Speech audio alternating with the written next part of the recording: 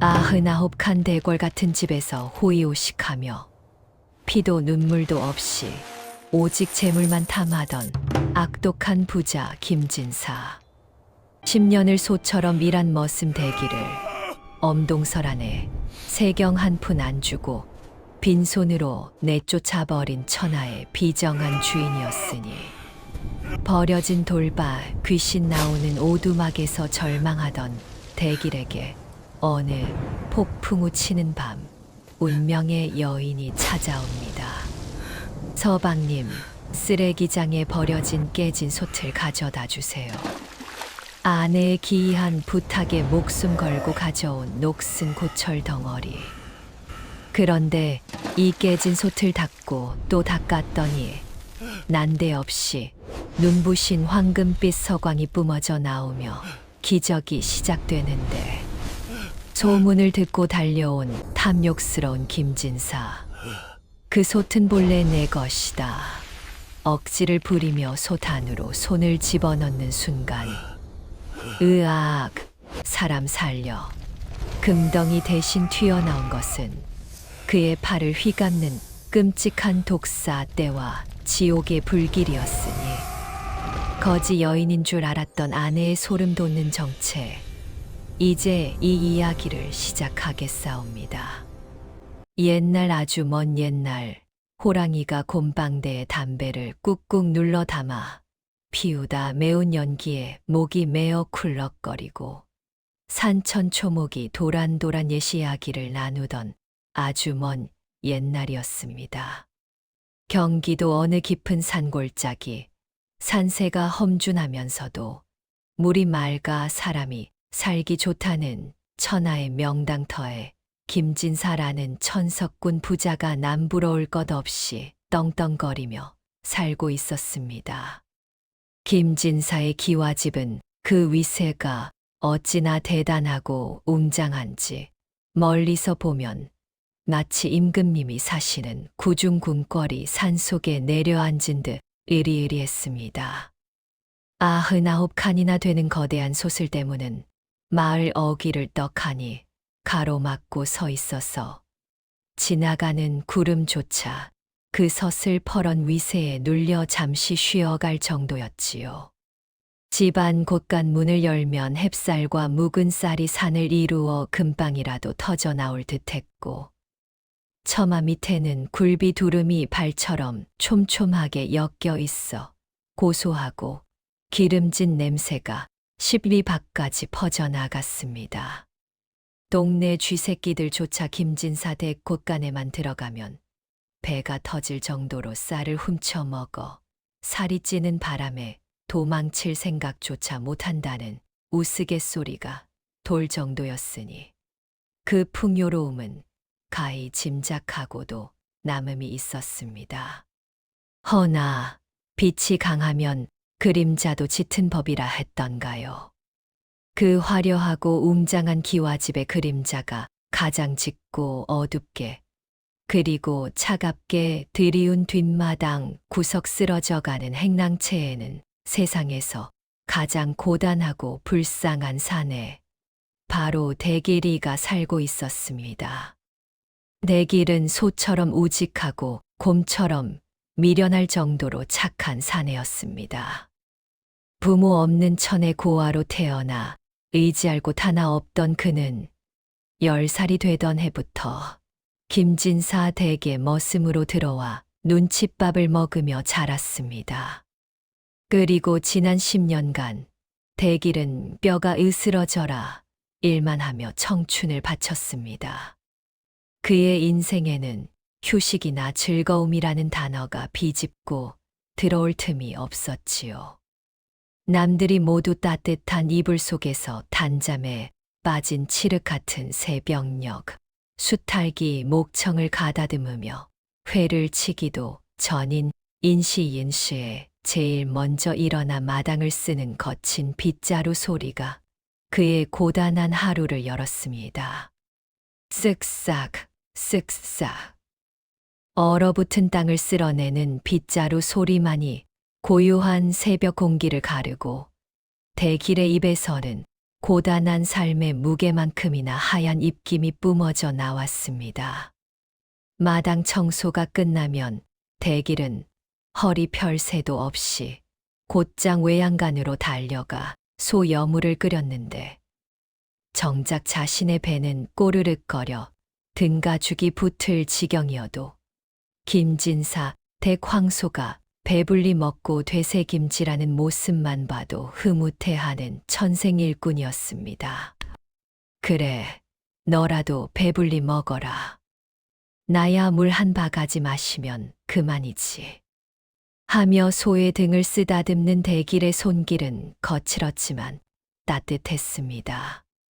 삼복더위가 기승을 부려 등짝이 뙤약볕에 다 들어가는 고통 속에서도 대길은 흐르는 땀을 닦을 새도 없이 묵묵히 논바닥에 엎드려 쟁기질을 멈추지 않았습니다.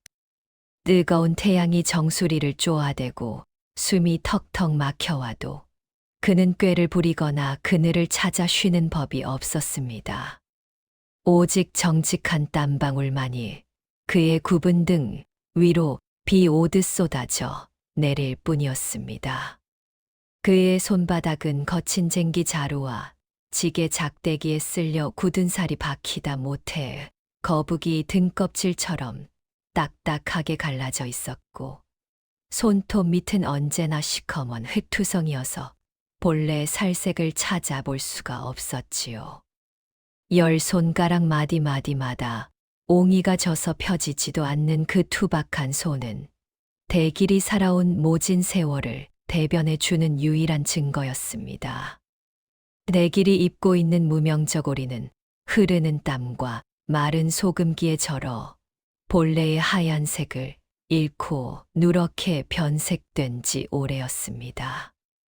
어깨 부분은 무거운 지게 작대기에 닳고 달아 얇은 천 조각이 위태롭게 살을 가리고 있을 뿐 살같이 벌겋게 까져 피가 맺혀 있어도 대길은 아픈 줄도 모르고 묵묵히 짐을 날랐습니다.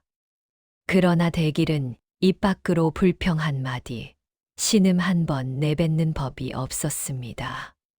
그저 묵묵히 땅만 파고 또 팠습니다. 그가 이 모진 고초와 짐승만도 못한 대우를 견디는 이유는 단 하나였습니다. 정직하게 땀 흘려 일하면 언젠가는 내 이름으로 된 작은 땅 한 평을 일굴 수 있겠지. 하늘이 내 정성을 알아주시겠지.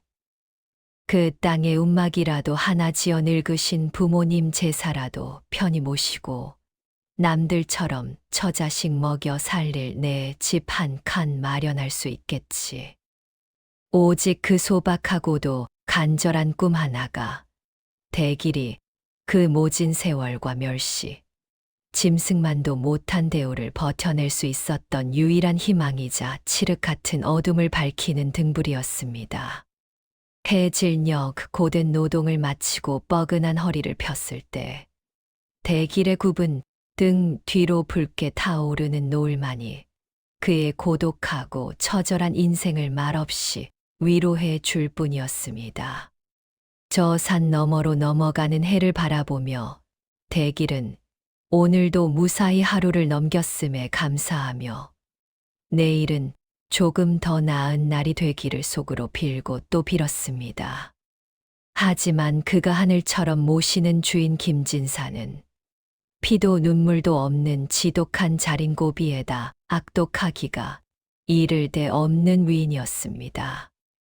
김진사의 눈은 언제나 더 많은 재물을 탐하는 욕심으로 번들거렸고 인매는 심술궂게 처져 있어 보는 사람으로 하여금 절로 오금을 저리게 만들었습니다.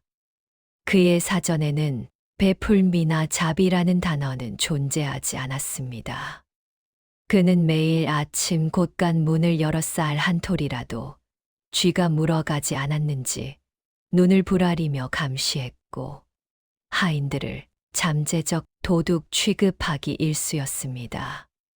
쌀가마니의 개수를 세고 또 세며 혹여나 머슴들이 쌀을 흘리기라도 하면 불호령을 내리며 밥을 굶기기까지 했습니다. 쌀 귀한 줄 모르는 놈들은 밥 먹을 자격도 없다 라며 매몰차게 대했지요. 일꾼들이 고된 노동 끝에 고봉밥을 먹을 때면 김진사는 뒷짐을 지고 어슬렁거리지 밥상을 기웃거리며 혀를 찼습니다. 에잉, 쯔쯔. 일은 군뱅이처럼 느릿느릿하면서 밥은 황소처럼 처먹느냐. 쌀 아까운 줄 모르는 놈들 같으니라고. 내 쌀독이 비어가는 소리에 밤잠을 설친다. 이 식충이들아. 그의 독설은 밥맛을 뚝 떨어뜨리기에 충분했습니다. 그의 호통의 목이 맨 하인들은 밥을 씹지도 못하고 물에 말아 후루룩 넘겨야만 했으니 밥이 목구멍으로 넘어가는지 코로 넘어가는지 모를 지경이었습니다. 체하지 않는 것이 다행일 정도로 눈칫밥을 먹어야 했지만 목구멍이 포도청이라 아무 말도 못하고 고개만 숙인 채 꾸역꾸역 배를 채워야 했습니다. 한겨울 살을 내는 부풍한 설이 몰아쳐도 머슴방 아궁이에는 장작 한 갭이 넣어주는 법이 없었습니다. 젊은 놈들이 춥기는 뭐가 추워. 군불 때면 따뜻해서 게을러진다. 찬바람을 맞아야 정신이 번쩍 드는 법이야.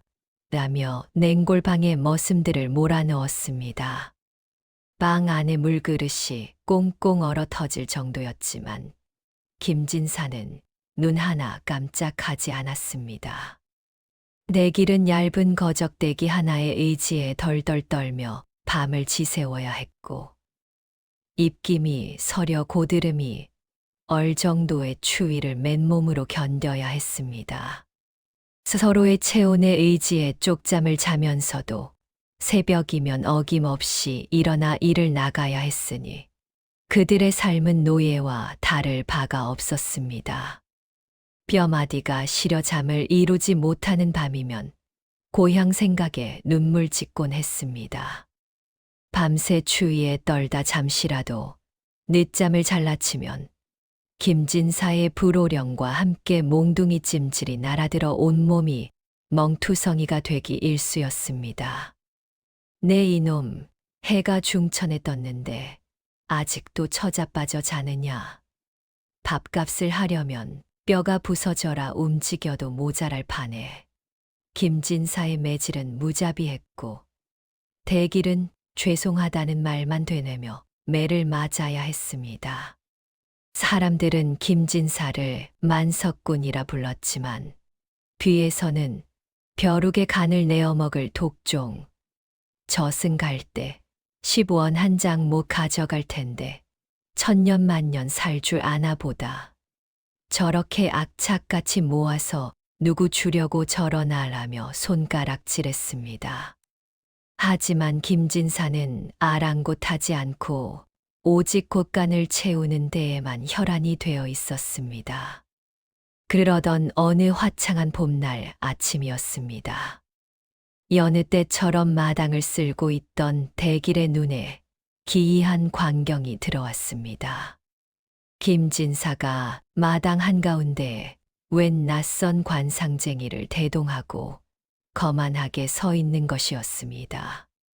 관상쟁이는 뾰족한 턱에 염소 수염을 기르고 눈매가 뱀처럼 가늘고 날카로운 자였는데 풍기는 기운이 묘하게 음산했습니다. 내길이 빗자루를 내려놓고 굽신거려 인사를 올렸습니다.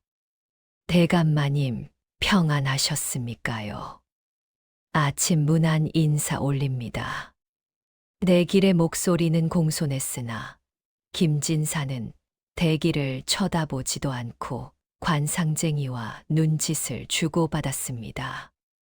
무언가 꿍꿍이가 있는 것이 분명해 보였습니다. 그러자 김진사 옆에 서 있던 관상쟁이가 대길의 얼굴을 위아래로 훑어보더니 갑자기 인상을 찌푸리며 혀를 찢찢 차는 것이 아니겠습니까? 그는 마치 더러운 것을 본 사람처럼 부채로 코를 막으며 과장된 몸짓으로 뒷걸음질을 쳤습니다. 그는 김진사에게 들으라는 듯 큰 소리로 그러나 은밀한 척 속삭였습니다. 진사 어른, 큰일 났습니다. 아주 큰일 났어요. 저놈의 관상이 심상치 않습니다. 집안에 우환을 몰고 올 상입니다. 김진사가 눈을 동그랗게 뜨고 짐짓 놀란 척 물었습니다. 아니, 도사님. 큰일이라니요. 무슨 불길한 징조라도 보이십니까? 관상쟁이는 짐짓 심각한 표정을 지으며 대기를 손가락질했습니다. 저 놈의 관상을 보십시오. 이마는 좁고 하관은 빠졌으며 눈빛에는 재물을 흩어버리는 살사에 끼어 있습니다. 주인의 운세를 갉아먹을 흉상 중의 흉상입니다.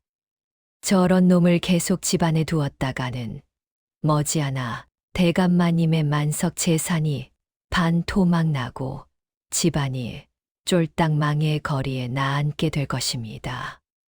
김진사의 얼굴이 사색이 되었습니다. 재산이 줄어든다는 말은 그에게 있어 죽음보다 더한 공포였기 때문입니다.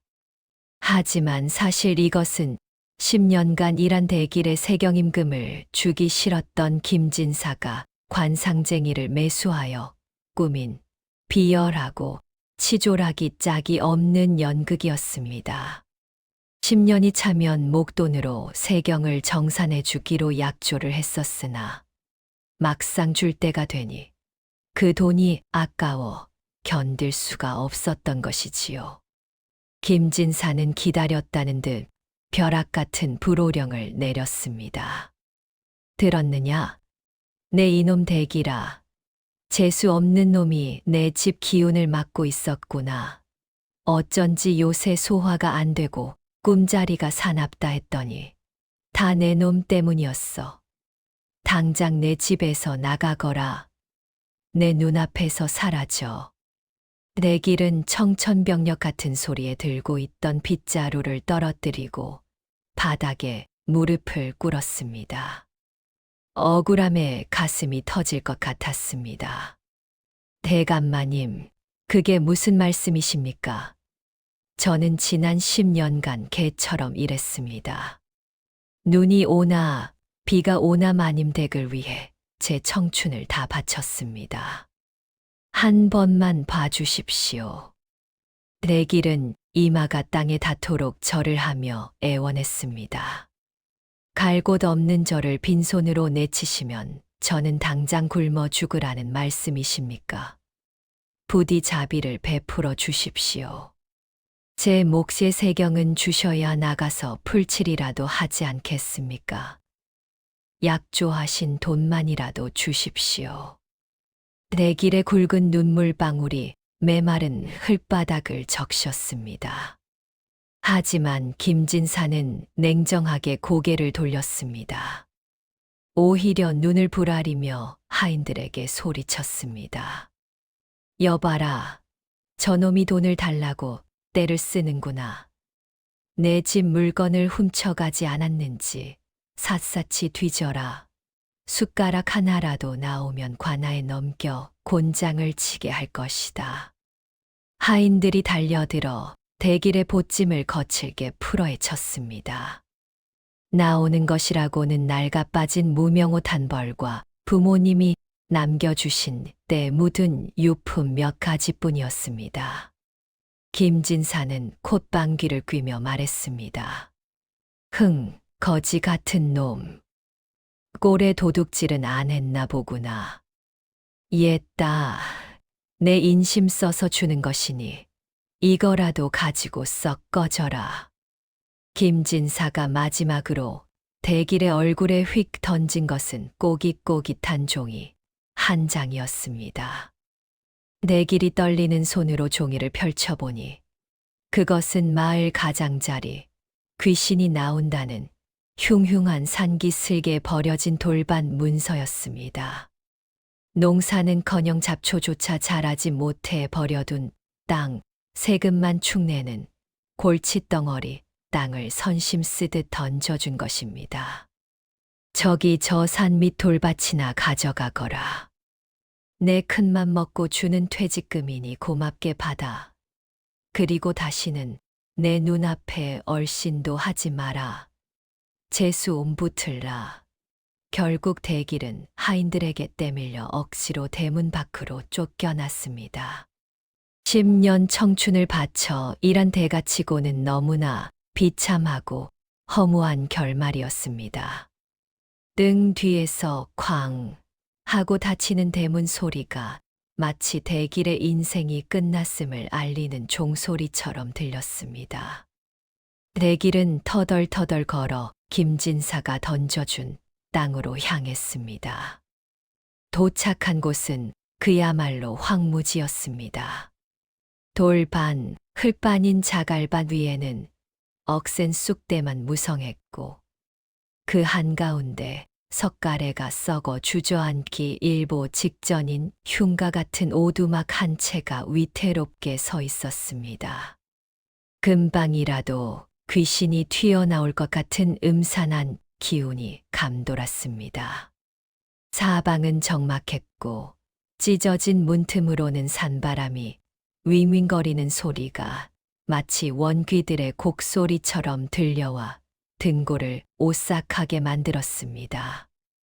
방 안으로 들어서니 먼지가 뽀얗게 쌓여 있고 천장에는 거미줄이 쳐져 있었습니다. 내길은 먼지 쌓인 툇마루에 털썩 주저앉아 부모님의 유품인 때 묻은 보따리를 끌어안고 하염없이 울었습니다. 아이고, 내 팔자야. 남에게 해끼치지 않고 열심히 산 죄밖에 없는데 어찌 하늘은 이리도 무심하시단 말인가. 부모님, 저를 어찌 두고 먼저 가셨습니까?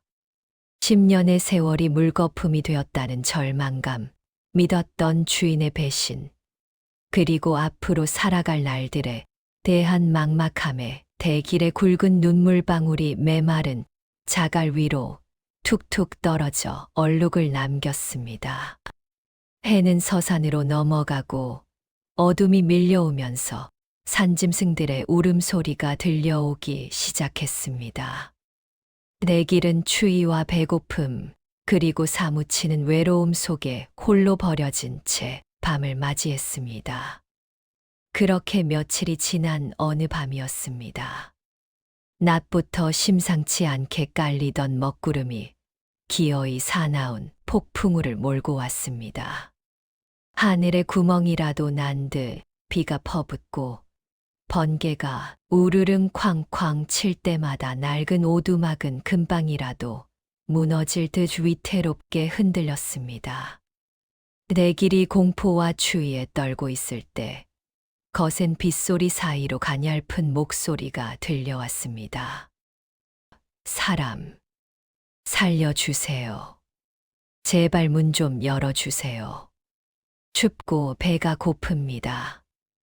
내길은 귀신 소리인가 싶어 머리칼이 쭈뼛었지만 그 목소리에 담긴 절박함이 너무나 애처로워 조심스레 살인문을 열었습니다. 그곳엔 온몸이 진을투성이인 한 여인이 쓰러져 있었습니다. 몰골은 그야말로 처참하기 그지없었지요. 번갯불에 비친 그녀의 얼굴은 핏기 하나 없이 창백했고 옷은 누더기가 되어 살이 다 드러날 지경이었습니다. 그녀의 맨발은 험한 산길을 헤매느라 피와 흙으로 범벅이 되어 있었고 입술은 파랗게 질려 바들바들 떨리고 있었습니다. 내길은 서둘러 여인을 방으로 들였습니다. 이보시오. 정신 좀 차려보시오. 여보시오. 내길은 자신의 유일한 옷가지로 그녀의 젖은 몸을 덮어주고 차가운 빗물을 정성껏 닦아주었습니다. 여인은 잠시 눈을 떴으나 이내 다시 혼절하고 말았지요. 내길은 밤새 그녀의 곁을 지켰습니다. 자신은 차가운 바닥에서 밤을 지새우면서도 여인에게는 하나뿐인 요를 내어주며 체온을 나누어 주었지요. 다음 날 아침, 비가 그치고 햇살이 비치자 대길은 김진사 댁에서 나올 때 챙겨온 마지막 쌀 한 줌을 꺼냈습니다. 이것을 먹고 나면 당장 내일 굶어 죽을지도 모르지만 대길은 망설이지 않았습니다. 사람 목숨부터 살려야지. 나 혼자 배부른들 무엇하겠나. 죽어도 같이 죽고 살아도 같이 살아야지. 그는 정성껏 킨죽을 끓여 여인의 입에 떠 넣어 주었습니다. 자, 한 입 드시오. 기운을 차려야지요. 따뜻한 죽이 들어가자 여인의 얼굴에 비로소 화색이 돌기 시작했습니다. 여인의 이름은 순이라 했습니다. 부모를 여의고 떠돌다 굶어 죽을 고비를 넘겼다는 그녀의 기구한 사연에 대길은 제1인 양눈시울을 붉혔습니다. 며칠간 대길의 지극정성 어린 간호를 받은 순이는 비로소 몸을 추스르고 일어났습니다. 떠날 채비를 할 줄 알았던 그녀는 뜻밖에도 대길 앞에 무릎을 꿇고 비장하게 말했습니다. 서방님, 갈 곳 없는 천한 저를 살려주셨으니 평생 곁에서 은혜를 갚고 싶습니다. 저를 아내로 받아주시겠습니까? 대길은 깜짝 놀라 손사래를 쳤습니다. 내 꼴을 보시오. 가진 거라곤 이 무너져가는 오두막뿐인데 어찌 당신을 고생시키겠소. 나 같은 놈이랑 살면 평생 고생길이 훤하오. 하지만 순이의 눈빛은 확고했습니다. 마음이 비단결 같은 분이니 저는 아무것도 두렵지 않습니다. 흙을 파먹어도 서방님 곁이 좋습니다. 결국 대길은 그녀의 진심의 마음을 열었습니다. 두 사람은 정화수 한 그릇 떠놓고 천지신명께 맹세하며 부부의 연을 맺었습니다. 비단 옷도 잔치 음식도 없는 초라한 혼례였지만 두 사람의 마음만은 그 누구보다 풍요로웠습니다. 그러나 세상의 시선은 차가웠습니다. 마을 사람들은 대길의 집 앞을 지날 때마다 수군거렸습니다. 거지와 머슴이 만났으니 곧 굶어 죽을 게다. 끼리끼리 논다더니 꼴 좋구나.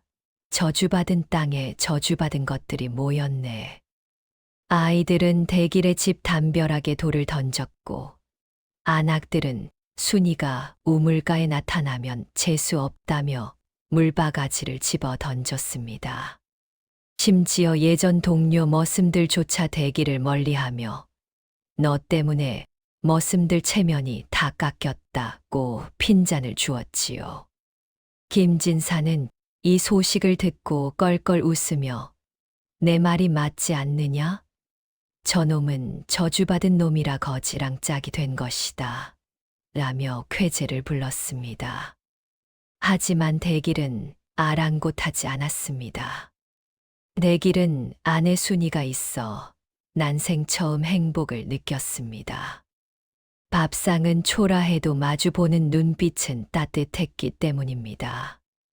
비록 가난했지만 서로를 위하는 마음만은 김진사의 곳간보다 풍족했고 차가운 오두막엔 웃음꽃이 피었습니다.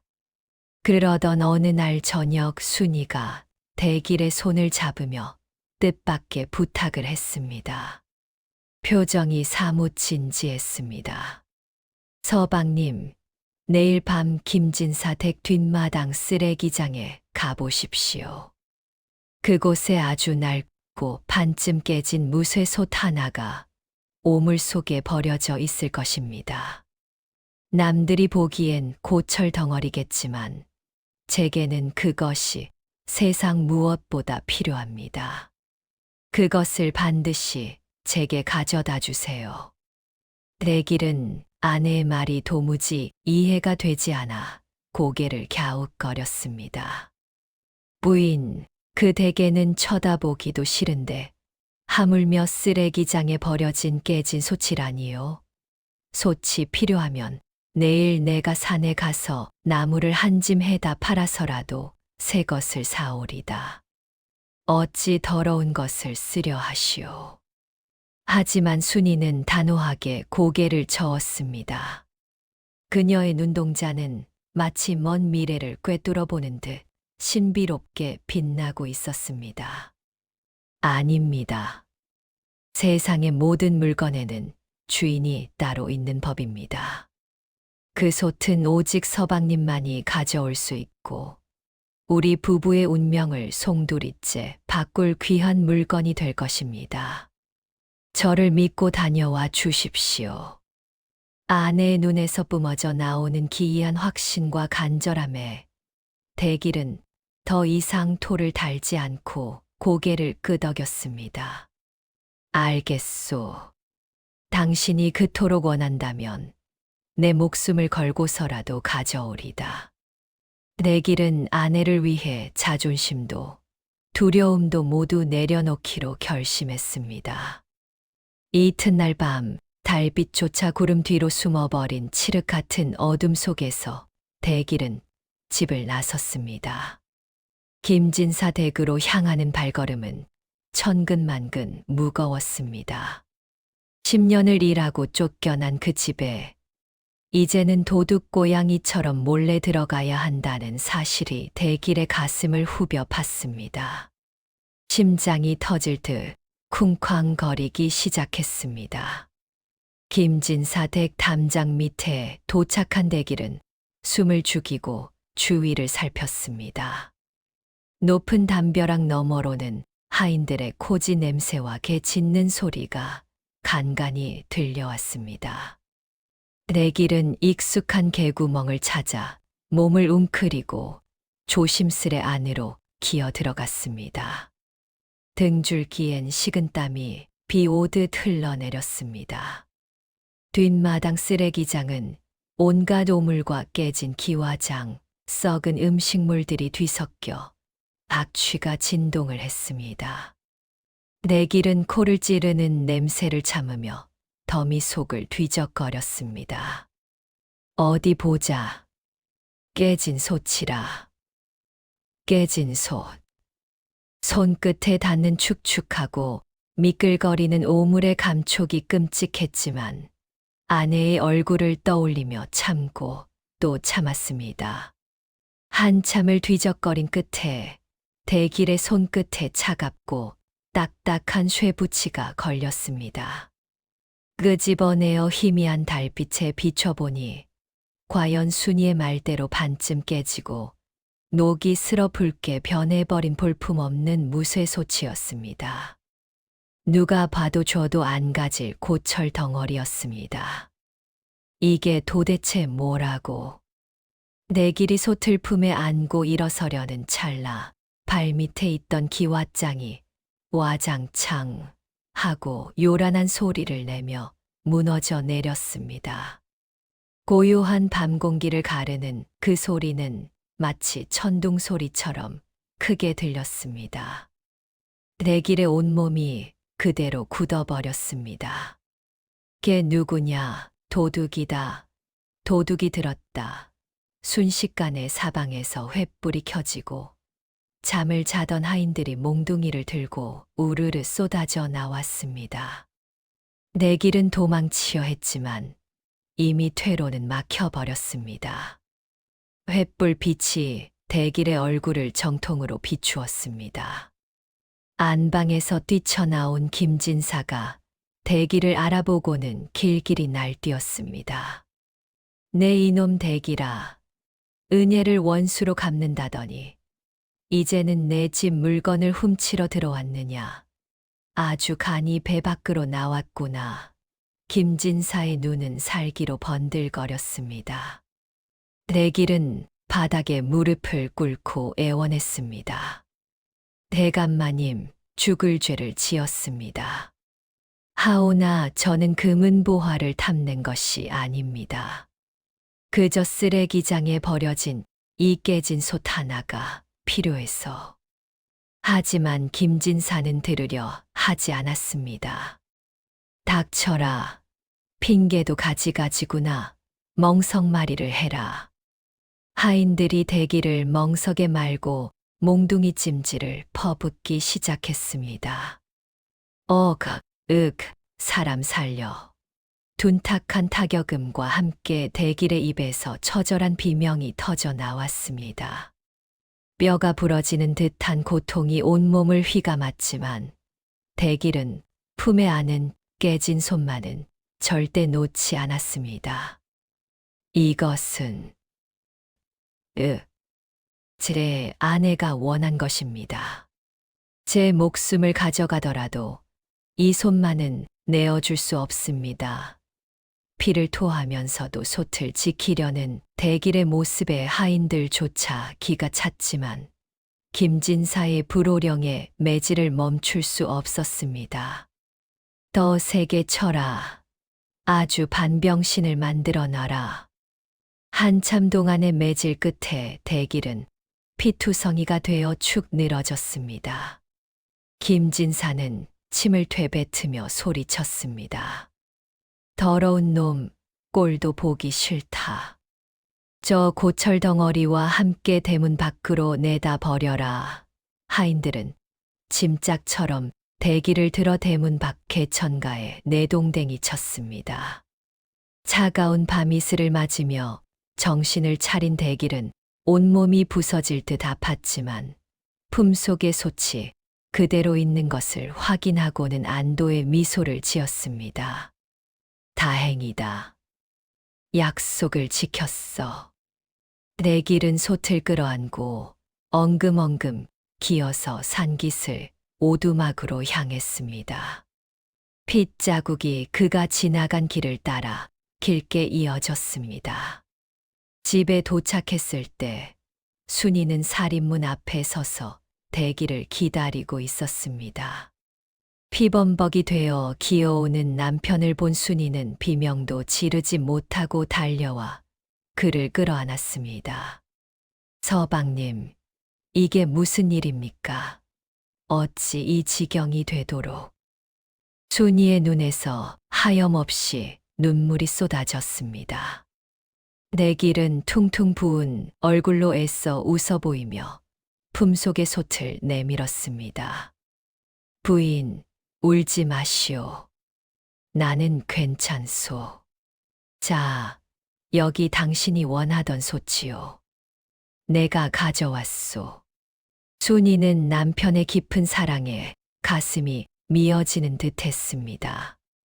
그녀는 대길의 상처를 닦아주며 속으로 맹세했습니다. 내 반드시 당신을 이 세상 가장 존귀한 남자로 만들 것입니다. 대길을 눕혀 재운 뒤 순이는 피 묻은 솥을 마당 한 구석 우물가로 가져갔습니다. 그녀는 집단을 엮어 수세미를 만들고 정화수를 떠와 솥을 닦기 시작했습니다. 사박, 사박, 쓱싹, 쓱싹. 고요한 밤 공기를 가르는 그 소리는 단순한 설거지 소리가 아니었습니다. 마치 솥에 깃든 애군을 씻어내고 복을 불러들이는 주술 소리 같았습니다. 달빛이 구름을 뚫고 나와 순이의 등을 비추었습니다. 그녀의 손길이 닿을 때마다 솥에 붙어있던 붉은 녹과 오물이 씻겨 내려가고 그 아래 숨겨져 있던 검은 무쇠의 속살이 드러나기 시작했습니다. 순이는 땀을 뻘뻘 흘리며 밤새도록 손이 부르트도록 솥을 닦고 또 닦았습니다. 이튿날 아침 따스한 햇살이 마당을 비출 때 대길은 눈을 떴습니다. 온몸이 쑤셨지만 억지로 몸을 일으켜 마당으로 나갔습니다. 그리고는 자신의 눈을 의심했습니다. 아니, 이게 대체 무슨 조화란 말인가? 내가 가져온 그 고철 덩어리가 맞는가? 마당 한가운데에는 깨지고 녹슬었던 고철 덩어리는 온데간데 없고 밤하늘처럼 검고 윤기가 자르르 흐르는 거대한 무쇠솥이 놓여 있었습니다. 깨졌던 부분은 감쪽같이 메워져 있었고 솥 표면에는 용이 구름을 타고 승천하는 문양이 살아 움직이는 듯 정교하게 새겨져 있어 보는 이를 압도했습니다. 순이가 맑은 얼굴로 온화하게 미소 지으며 대길에게 다가왔습니다. 서방님, 몸은 좀 어떠십니까? 이제 이 솥이 제 모습을 찾았습니다. 자, 이 솥에 맑은 물을 한번 채워 보십시오. 순이의 목소리에는 거역할 수 없는 신비한 힘이 실려 있었습니다. 대길은 홀린 듯 우물에서 물을 길어와 솥에 부었습니다. 그러자 놀라운 일이 벌어졌습니다. 아궁이에 불도 떼지 않았는데 솥에 닿은 물이 저절로 보글보글 소리를 내며 끓어오르기 시작한 것입니다. 차가운 냉수였던 물에서 김이 모락모락 피어올랐습니다. 방 안 가득 그윽하고 향긋한 꽃향기가 진동하더니 맹물이었던 솥 안의 물은 어느새 맑고 영롱한 갈색빛을 띠는 약물로 변해 있었습니다. 순이가 바가지로 그 물을 떠서 대길에게 건넸습니다. 드십시오. 서방님의 상처를 낫게 하고 우리 가문에 막힌 혀를 뚫어줄 생명수입니다. 대길은 아내를 믿고 바가지에 담긴 물을 단숨에 들이켰습니다. 목구멍을 타고 넘어가는 물맛은 꿀처럼 달콤했고 뱃속에 들어가자마자 뜨거운 기운이 온몸의 혈관을 타고 순식간에 퍼져나갔습니다. 욱신거리던 상처 부위에서 시원한 바람이 부는 듯 하더니 거짓말처럼 통증이 씻은 듯이 사라졌습니다. 아니, 이럴 수가. 내 몸이 깃털처럼 가볍소. 대길은 자리에서 벌떡 일어나 팔다리를 움직여 보았습니다. 10년 묵은 피로가 눈 녹듯 사라진 것은 물론이요. 온몸에 알 수 없는 활력이 넘쳐 흘러 마치 천하장사가 된 기분이었습니다. 뼈가 부러질 듯했던 고통은 온데간데 없고 피부는 윤기가 흘렀습니다. 이것은 전설 속의 영약이 아닙니까? 부인, 당신은 도대체 누구십니까? 대길은 놀라움과 경외심이 가득한 눈으로 아내를 바라보았습니다. 허름한 무명옷을 입고 있었지만 순이의 얼굴에서는 범접할 수 없는 고귀하고 신비로운 기운이 은은하게 뿜어져 나오고 있었습니다. 순이는 그저 빙그레 웃으며 대길의 손을 잡을 뿐이었습니다. 더 놀라운 기적은 그 다음부터였습니다. 순이는 대길의 품속에 있던 엽전 한 잎을 달라고 했습니다. 그것은 대길이 쫓겨날 때 김진사가 던져준 땅 문서 사이에 끼어 있던 대길의 전 재산이나 다름없는 마지막 돈이었습니다. 서방님, 이 돈을 저 솥 안에 넣어 보십시오. 대길은 의아해하면서도 엽전 한 잎을 솥 바닥에 조심스레 내려놓고 무거운 솥뚜껑을 덮었습니다. 돈을 솥에 넣다니 밥이라도 짓는단 말이오. 순이는 대답 대신 내일 아침을 기다리십시오. 라는 말만 남기고 방으로 들어갔습니다. 그날 밤 대길은 궁금함에 잠을 설쳤습니다. 이튿날 아침 닭이 울자마자 대길은 마당으로 뛰어나가 솥뚜껑을 열었습니다. 그리고는 그만 뒤로 나자빠지고 말았습니다. 으악, 이게 뭐야? 귀신이다. 귀신이 곡할 노릇이야. 솥 안에는 엽전 한 잎이 아니라 엽전 꾸러미가 솥주둥이까지 넘치도록 가득 차서 찰랑거리고 있었기 때문입니다. 내길이 떨리는 손으로 엽전 한 움큼을 퍼내자 그 빈자리는 눈 깜짝할 새에 또 다른 엽전들로 다시 채워졌습니다. 퍼내도 줄지 않는 기적의 솥. 그것은 전설 속에서나 듣던 화수분이었던 것입니다. 아침 햇살을 받아 번쩍이는 엽전 더미는 대길의 눈을 멀게 할 만큼 찬란했습니다. 이번에는 쌀을 시험해 보았습니다. 남은 쌀 한 줌을 솥에 넣자 솥 안에서 우르르 소리가 나더니 순식간에 하얀 쌀이 솥을 가득 채우고 마당으로 넘쳐 흘렀습니다. 금 한 돈을 넣으면 금괴가 되어 나왔고 비단 한 피를 넣으면 비단산이 되어 쌓였습니다.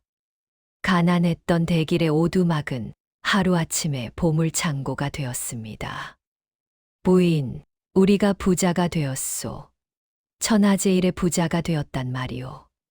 대길은 쌀가마니와 엽전 더미를 끌어안고 덩실덩실 춤을 추었습니다. 평생 남의 집 머슴살이만 하며 배를 골았던 서름이 한순간에 씻겨 내려가는 듯 했습니다. 하지만 순이는 차분한 목소리로 말했습니다. 서방님, 이 재물은 하늘이 잠시 맡겨둔 것입니다. 주인을 찾아주어야 합니다. 내길은 아내의 말뜻을 단박에 알아차렸습니다. 그는 벼락부자가 되었음에도 결코 교만하거나 사치하지 않았습니다. 비단옷을 해입지도 고래등 같은 기와집을 짓지도 않았습니다. 여전히 낡은 무명옷을 입고 거친 손으로 지게를 짊어졌습니다. 그의 마음속에는 오직 가난한 이웃들 생각뿐이었습니다. 밤이 깊어지면 대길은 바빠졌습니다. 솥에서 나온 쌀가마니와 엽전 꾸러미를 지게 가득 짊어지고 마을로 내려갔습니다. 달빛도 숨은 어두운 골목길을 누비며 가난 때문에 끼니를 굶는 집 대문 앞에 몰래 쌀과 돈을 놓아두었습니다. 아이들이 배불리 먹어야 할 텐데, 약값을 보태야 할 텐데, 심지어 자신을 거지와 결혼했다고 비웃고 손가락질하던 사람들의 집 앞에도 공평하게 복을 나누어 주었습니다. 그들도 살기가 팍팍해서 그랬을 게야. 미워하는 마음을 가지면 복이 달아나는 법이지. 내길의 마음은 김진사의 99칸 집보다 훨씬 넓고 깊었습니다. 진정한 대인배의 풍모였습니다. 병든 노모를 모시느라 약값이 없어 발을 동동 구르던 효자네 집 앞에는 산삼을 넣어주고 빚 때문에 야반도주하려던 가족의 집 앞에는 빚을 갚고도 남을 엽전을 놓아주었습니다. 내길이 다녀간 자리는 언제나 따뜻한 온기가 감돌았고 다음 날 아침이면 마을 곳곳에서 환호성과 감사의 눈물이 터져 나왔습니다. 그는 재물이란 고인 물과 같아서 가둬두면 썩어 악취를 풍기지만 강물처럼 흐르게 하면 만물을 살리고 더 큰 바다가 되어 돌아온다는 것을 아내 순이에게 배웠던 것입니다. 베풀면 베풀수록 대길의 솥은 더 많은 보물을 쏟아냈고 그의 마음 또한 풍요로워졌습니다. 마을 사람들은 밤마다 복신후션이 다녀간다. 하늘에서 천사가 내려왔다며 정체 모를 선행의 주인공을 칭송했습니다. 집집마다 밥 짓는 연기가 피어오르고 아이들의 웃음소리가 끊이지 않게 되자 마을 전체가 활기를 되찾았습니다. 하지만 대길은 자신의 정체를 숨긴 채 그저 묵묵히 미소만 지을 뿐이었습니다.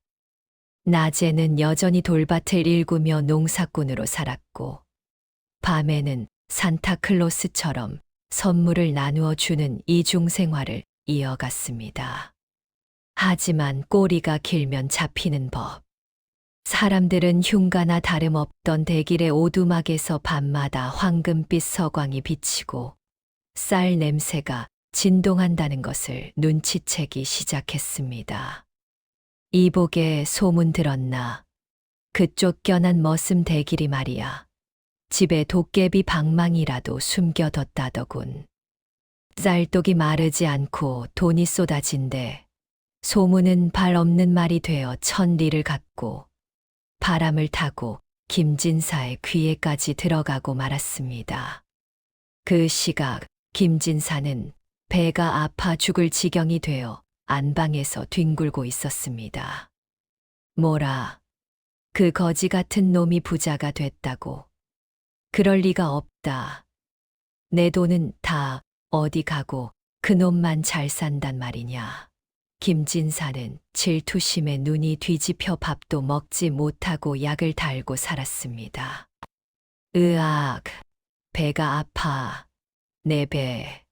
김진사는 사촌이 땅을 사도 배가 아픈 위인인데 하물며 쫓아낸 머슴이 벼락부자가 되었다니 오장육부가 뒤틀리는 고통을 느꼈습니다.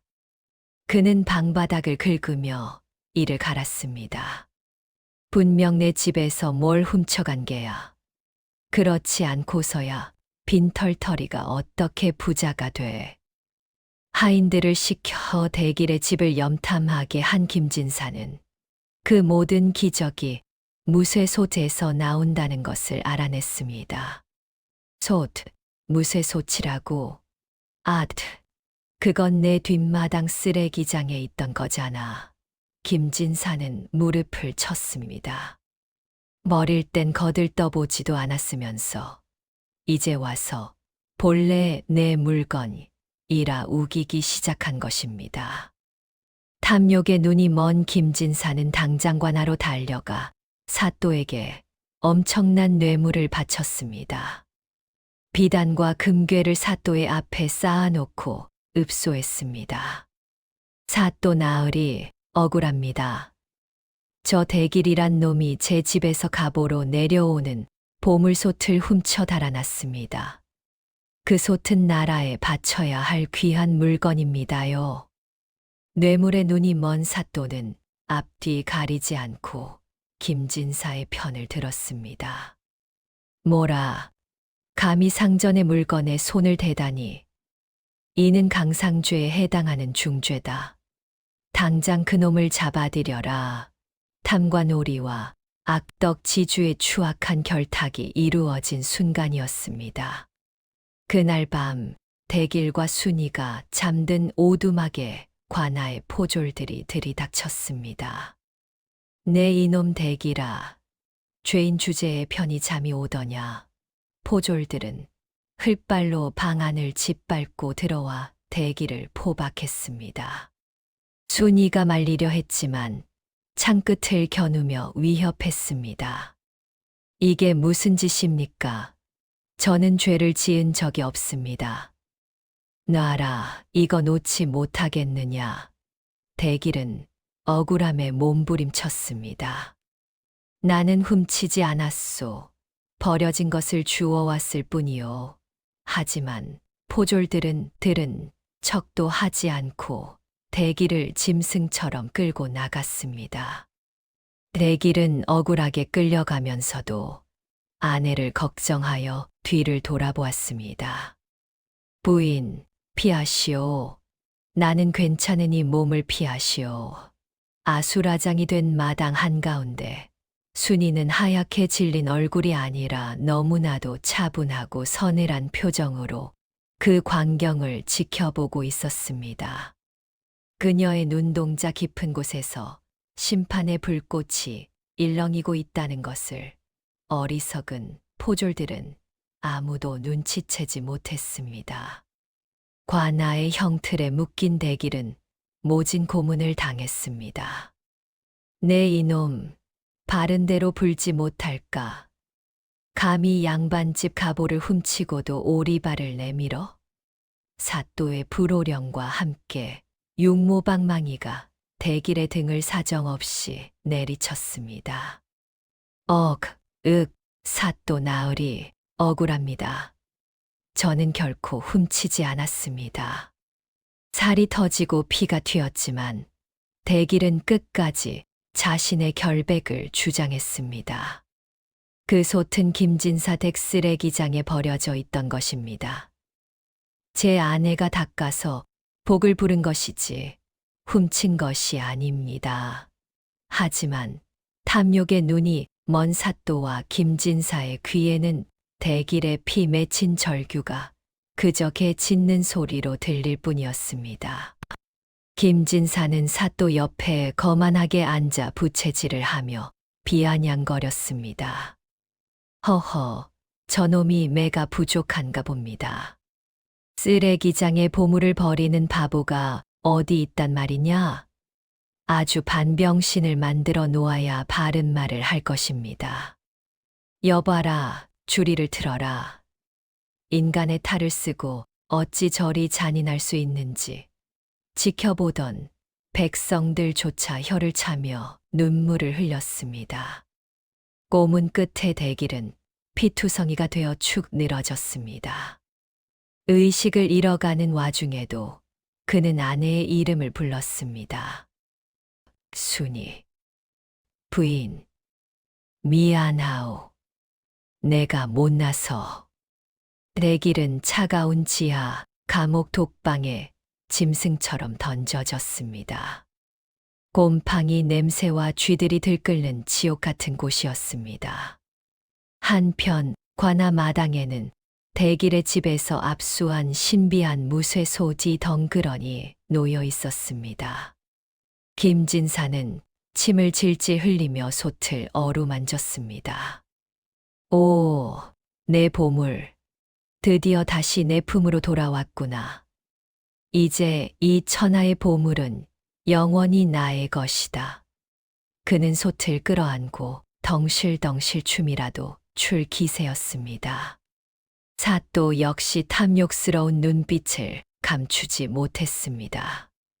이복의 진사 약조는 잊지 않았겠지. 솥에서 나오는 재물의 절반은 관아에 바쳐야 하네. 두 탐관오리는 아직 열어보지도 않은 솥을 두고 벌써부터 김칫국을 마시며 더러운 거래를 하고 있었습니다. 하늘이 보고 땅이 굽어볼 통탄할 일이었습니다. 깊은 밤, 지하 감옥은 칠흑 같은 어둠과 뼈를 깎는 추위로 가득 찼습니다. 대길은 고열에 시달리며 신음했습니다. 물 좀 주시오. 하지만 옥졸들은 코를 골며 자느라 대길의 신음조차 듣지 못했습니다. 이대로라면 오늘 밤을 넘기기 힘들 것 같았습니다. 죽음의 그림자가 대길을 덮치려는 찰나였습니다. 갑자기 감옥 안을 비추던 희미한 등불이 파르르 떨리더니 옥졸들이 모두 깊은 수면 속으로 빠져들었습니다. 그리고 육중한 감옥 문이 아무도 손대지 않았는데 끼익 소리를 내며 스르르 열리는 것이 아니겠습니까? 차갑고 습하던 감옥 안에 난데없이 향긋한 백합 향기가 진동하기 시작했습니다. 어둠 속에서 한 줄기 눈부신 빛이 내려오더니 그 빛 속에서 아내 순이가 걸어 들어왔습니다. 그런데 그녀의 모습은 예전의 초라한 아낙네가 아니었습니다. 머리에는 찬란한 빛을 내는 화관을 쓰고 몸에는 은하수를 수놓은 듯한 비단옷을 입은 마치 천상의 선녀와 같은 모습이었습니다. 대길은 눈이 부셔 제대로 쳐다보지도 못하고 웅얼거렸습니다. 부인, 정령 부인이요? 아니면 내가 죽어서 저승차사를 보는 것이요? 순이는 슬프고도 자애로운 미소를 지으며 대길의 곁으로 다가와 피투성이가 된 그의 손을 잡았습니다. 서방님, 많이 아프셨지요? 미안합니다. 인간의 탐욕을 시험하느라 서방님께 너무 큰 고통을 드렸습니다. 순이의 따뜻한 손길이 닿자마자 기적 같은 일이 벌어졌습니다. 찢어지고 터진 대길의 상처가 순식간에 아물고 부러졌던 뼈가 다시 붙으며 새살이 돋아나기 시작한 것입니다. 고통은 씻은 듯이 사라지고 대길의 몸에는 전보다 더 강한 기운이 솟구쳤습니다. 이게 무슨 조화란 말인가? 부인, 당신은 도대체 정체가 무엇입니까? 순이는 대길의 뺨을 어루만지며 말했습니다. 내일 아침이면 모든 것이 밝혀질 것입니다. 김진사와 사또의 탐욕이 그들을 파멸로 이끌 것이니 서방님은 그저 지켜만 보십시오. 순이는 대길에게 신비로운 입맞춤을 남기고는 들어올 때처럼 연기처럼 홀연히 사라졌습니다. 감옥 문은 다시 닫혔지만 대길의 마음속 두려움은 완전히 사라졌습니다. 그는 집단 위에 정좌하고 앉아 날이 밝기만을 기다렸습니다. 내일은 심판의 날이 될 것임을 직감했기 때문입니다. 드디어 운명의 아침이 밝았습니다. 관아 앞마당은 소문을 듣고 몰려든 구경꾼들로 인산인해를 이루었습니다. 그 신비한 솥을 공개한다더라. 머슴 대길이가 훔친 게 맞대. 사람들은 저마다 한마디씩 하며 목을 길게 빼고 구경했습니다. 사또와 김진사는 의기양양하게 마청 마루에 앉아 있었습니다. 포졸들이 대길을 끌고 나왔습니다.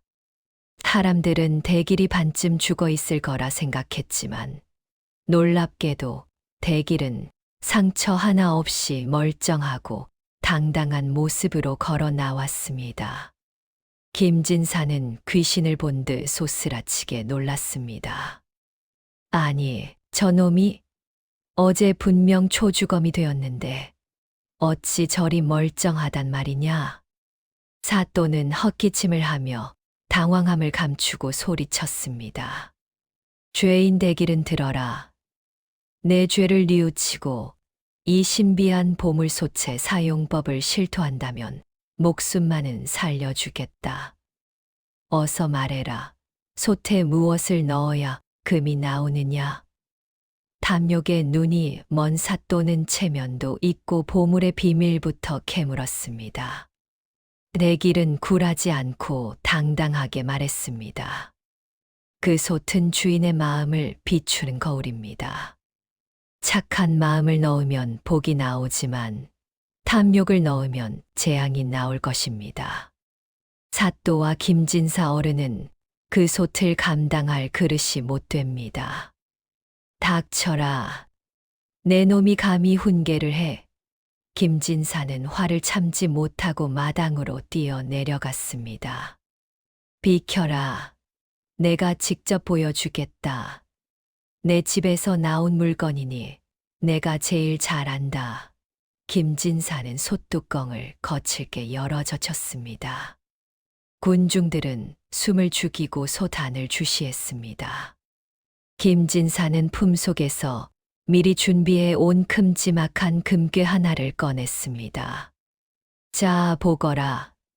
이 금괴를 넣으면 솥 가득 금이 찰 것이다.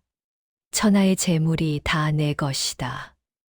그는 광기 어린 웃음을 터뜨리며 금괴를 솥 안으로 던져 넣었습니다. 땡그랑 하는 소리가 마당에 울려 퍼졌습니다. 그리고 잠시 후 솥 안에서 우르르르 하는 웅장한 소리가 들려왔습니다.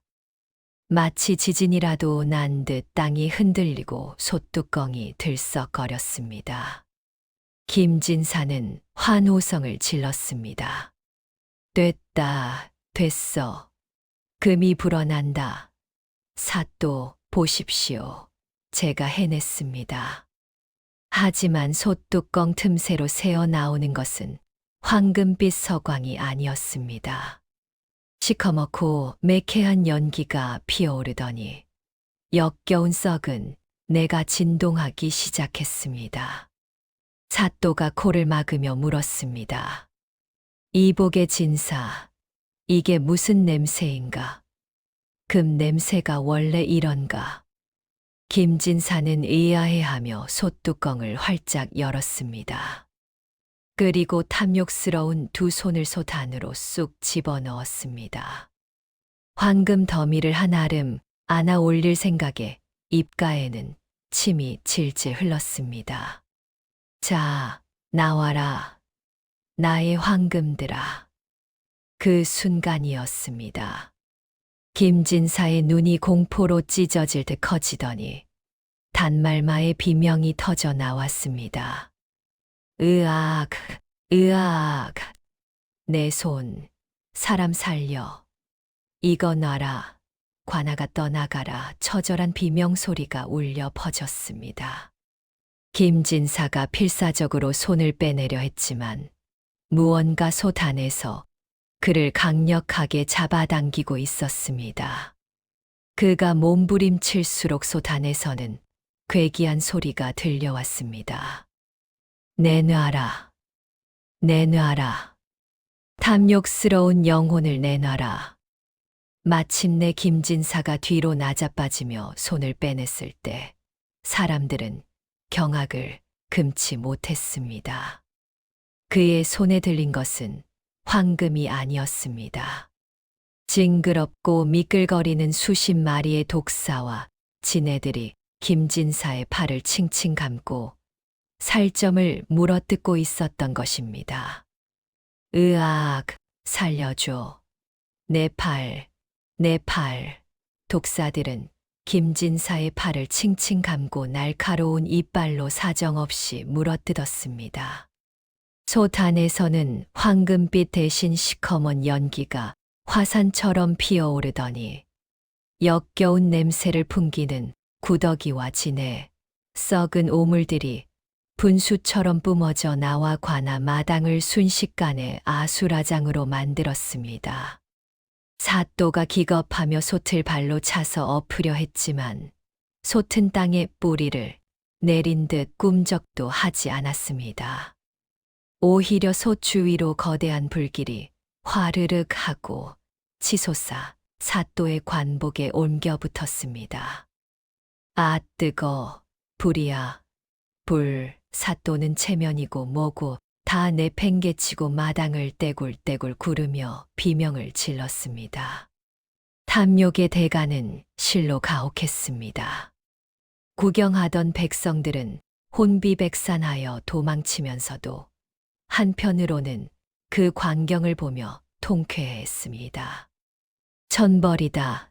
천벌을 받은 게야. 남의 눈에 피눈물 흘리게 하더니 꼴 좋다. 김진사와 사또가 불길과 독사떼에 갇혀 울부짖는 모습은 그야말로 생지옥이 따로 없었습니다. 바로 그때였습니다. 아수라장이 된 군중을 가르고 누더기를 입은 순이가 천천히 걸어 들어왔습니다. 신기하게도 그녀가 발을 내디딜 때마다 척박했던 관아, 마당 흙바닥에서 하얗고 고결한 연꽃들이 피어올라 그녀의 길을 열어주었습니다. 순이가 불타오르는 솥을 향해 우아하게 손을 흔들자 성난 파도처럼 날뛰던 불길이 거짓말처럼 잠잠해지고 김진사를 물어뜯던 독사들이 연기처럼 사라졌습니다. 고통에 몸부림치던 김진사와 사또는 넋이 나간 표정으로 순이를 올려다보았습니다. 그러자 순이의 몸에서 눈을 뜰 수 없을 만큼 찬란한 황금빛 서광이 뿜어져 나왔습니다. 낡은 누더기는 순식간에 눈부신 비단옷으로 변하고 머리에는 오색 찬란한 보석으로 장식된 화관이 씌워졌습니다. 그녀는 더 이상 초라한 거지 여인이 아니었습니다. 인간 세상의 선악을 심판하러 내려온 천상의 복신부션이었습니다. 나는 하늘의 명을 받아 인간들의 마음을 시험하러 내려왔노라. 순이의 목소리는 천둥 소리처럼 웅장하게 울려 퍼져 관아를 뒤흔들었습니다. 사또와 김진사 그리고 모든 백성은 그 위험에 눌려 저절로 무릎을 꿇고 머리를 조아렸습니다.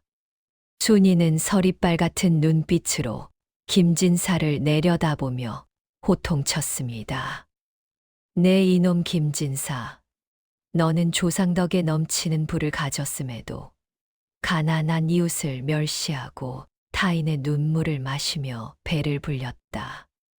그것도 모자라 하늘이 대길에게 내린 복조차 탐욕으로 더럽혔으니 그 죄가 하늘에 닿았다. 내가 그토록 아끼던 재물이 한 줌의 재가 되는 꼴을 똑똑히 보거라.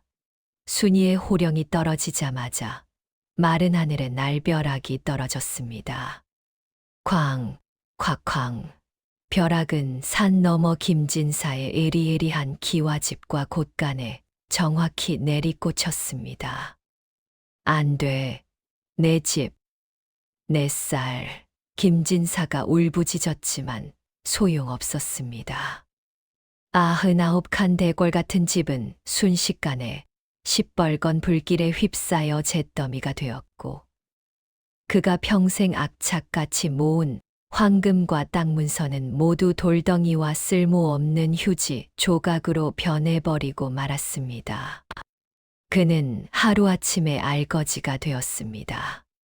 순이는 사또에게도 준엄한 심판을 내렸습니다. 백성을 돌봐야 할 관리가 탐욕에 눈이 멀어 무고한 자를 핍박했으니 너 또한 관복을 입을 자격이 없다. 사또는 그 자리에서 관직을 박탈당하고 쫓겨나 평생을 구걸하며 떠도는 비참한 신세가 되었습니다. 인과응보, 사필귀정의 본복이었습니다.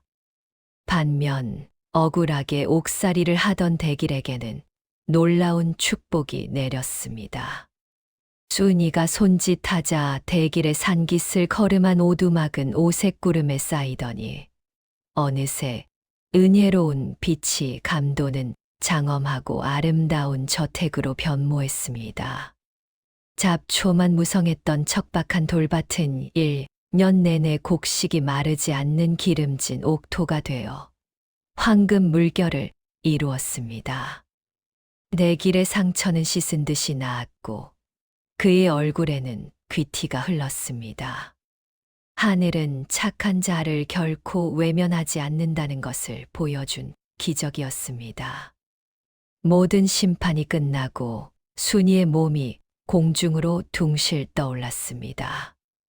그녀가 다시 천상으로 돌아가려는 찰나 대길이 다급히 달려와 그녀의 옷자락을 붙잡았습니다. 부인, 가지 마시오. 제발 저를 두고 가지 마시오. 대길은 체면도 익고 아이처럼 오열했습니다. 나는 부자가 되는 것도 기와 집도 다 필요 없소. 신이시든 거지이시든 당신은 내 아내요. 당신 없는 세상은 제게 지옥이나 다름없습니다. 제발 저와 함께 있어 주시오. 대길의 눈물은 진심 그 자체였습니다. 대길의 절절한 사랑과 진심 어린 눈물에 차가웠던 복신 순이의 눈가가 촉촉해졌습니다. 그녀는 하늘로 향하던 발걸음을 멈추고 다시 지상으로 내려왔습니다. 서방님. 서방님의 그 지고지순한 마음이 하늘을 감동시켰습니다. 내 신의 권능을 내려놓고 영원히 서방님 곁에 남겠습니다. 순이는 화려한 선녀의 옷을 벗고 다시 소박하지만 따뜻한 아내의 모습으로 돌아와 대길의 거친 손을 맞잡았습니다.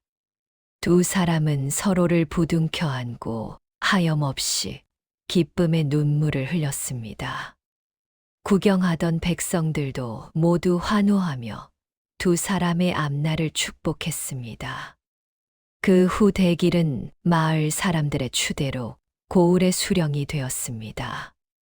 그는 자신이 겪었던 서름을 잊지 않고 억울한 자 없고 굶주리는 자 없는 어진 정치를 펼쳤습니다.